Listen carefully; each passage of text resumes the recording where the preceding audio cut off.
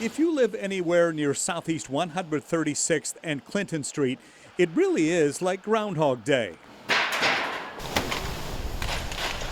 The streets are cleared of homeless RVs and tents, and within weeks, they're back again, frustrating the neighbors. I mean, it was cool to have a completely empty street, but then I had to worry, like, who's going to move in? Kenny Hausman has watched it all unfold from his home on the corner.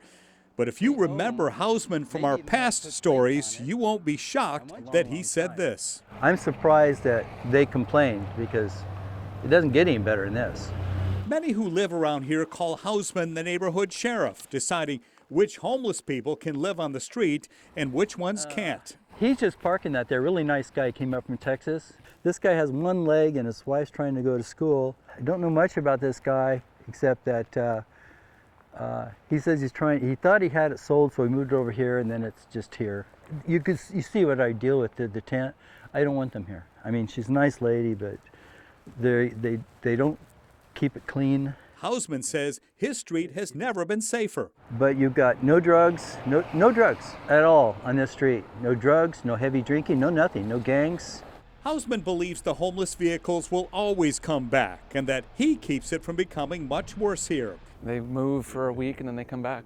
Anthony Condos has a different take. He owns an insurance company around the corner and feels the constant camp clearing and returning isn't good for anybody. They're going to move from here and they might go somewhere else, and they're going to be someone else's problem, and they're going to have to deal with the same thing, the crime, the graffiti, all the stuff, the drug use. You know, it's unfortunate, and I don't know what the answer is, but this definitely isn't working. So you think these folks should be allowed to stay here on the street?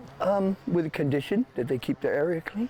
Michael Zamora agrees it's not working, but he sees both sides. He tells us he's just here trying to sell his trailer and that he used to live nearby. If they don't have nowhere for them to go, and it's a public street, as long as they're not making a complete mess and you know, interfering with other people's just eyesight, I mean, it's not fair. It's not fair that people are homeless, and it's not fair that the homeless people, some, don't want to take care of their surroundings. And it's not the only concern the neighbors have. Some tell us the homeless vehicles have become a sprawling mess, providing a dangerous thoroughfare for kids walking to their bus stop. Hi, how are you? Hi, Bob. Bob, hi, nice to meet you. Neighbor Bob Cawthaler hadn't met Hausman until today. And despite their differences, both men agree that cement barriers, like the ones used a few blocks away, would be just what the neighborhood needs. We need the barrier, and sadly these guys have to go somewhere else because we need the barriers. This is more important than somebody needing, they can find a place to live somewhere. These kids cannot keep walking on the street. We need that sidewalk. You guys are in agreement on that. I reached out to the city of Portland to ask about homeless RVs that come and go, and would cement barriers work here? A spokesman for Mayor Wheeler's office reiterated the efforts to get people into shelter and said installing concrete barriers once the site is cleared may be an option.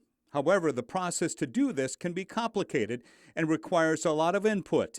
For safety purposes, road access has to be wide enough for safe travel, and barriers in the road generally need to be movable. Exploring ways to harden and secure the area are under discussion. And there was something else Bob was concerned about. Someone had stolen his propane tank from his nearby apartment.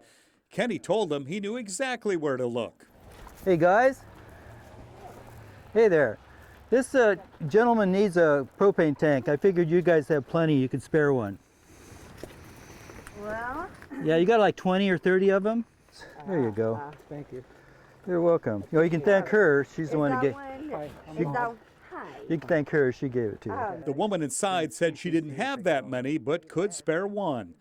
Still, many neighbors are left wondering when the city will come by again and clear out the homeless vehicles, only to start the countdown for their return. One thing's for sure, Kenny Hausman will be watching. You only have so many parking spots on the street. The ideal would be that whoever's going to park there is somebody who's not going to steal from you, steal your gas, do drugs, get in domestic disputes, fights, drive-bys, all of that. We don't want any of that.